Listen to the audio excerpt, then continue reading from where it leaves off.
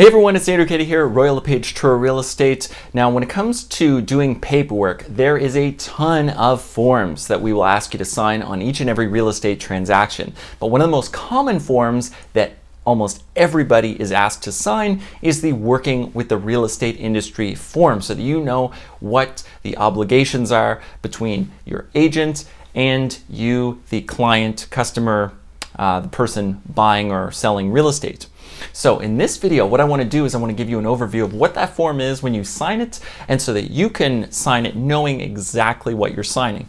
Now, I do recommend, even though you're going to watch this video and hopefully have a better understanding of how that form works, if you have any questions, ask your agent before you sign so that you understand what you are agreeing to. Now, the first thing that I want everyone to understand about the working with the real estate industry form is that it is not a contractual form. You're not really agreeing to anything. It's more of you're acknowledging that there is some information that's been disclosed to you, and that information can be really important with how you proceed with the transaction. Everything from the type of agency model that is being practiced to how your private information is going to be used. So it's really important that you understand that. You're not agreeing to something, you're merely acknowledging that the information has been disclosed to you, that you understand how the real estate industry is going to work on your behalf. Now, the first section in that form is really important to understand. It is the type of agency model that's being practiced. There are two types of agency models. There is common law and there is designated agency.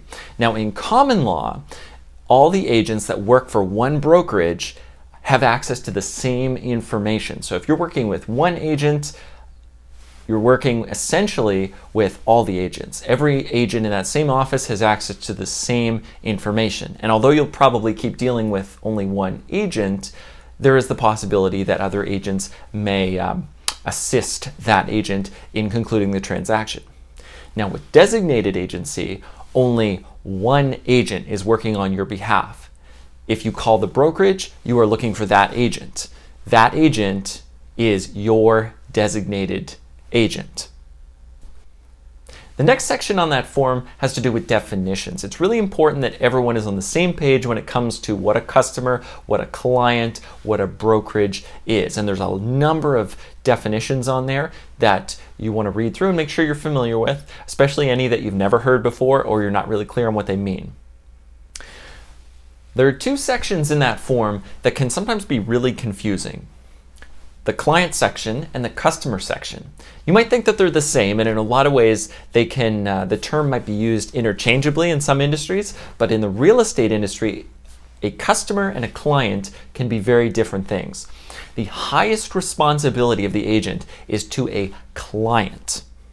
The agent cannot have multiple clients working on the same transaction because that agent cannot work in both clients' best interests.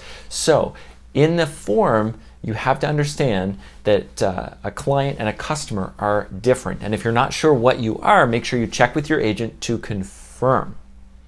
Now, in some specific situations, transaction brokerage has to be used, and that's outlined really nicely in this form.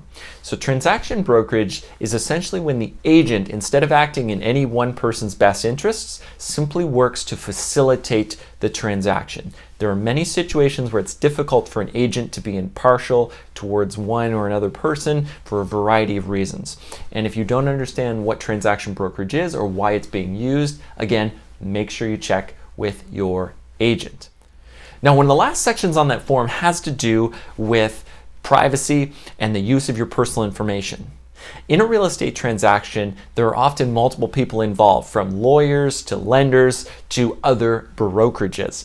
So you want to make sure that you understand who your information is going to be given to. And if you have any concerns about how your personal information is being used, ask your agent for input or advice. So hopefully this video has given you a better idea of how the working with the real estate industry form works. If you still have questions, give me a call, 902-899-4106, and I'd be happy to give you a more in-depth explanation of what some of these different terms on that form mean. In the meantime, don't forget to subscribe to Truro Real Estate Agent for updates and all kinds of useful information about the local real estate industry. I look forward to hearing from you and working with you really soon.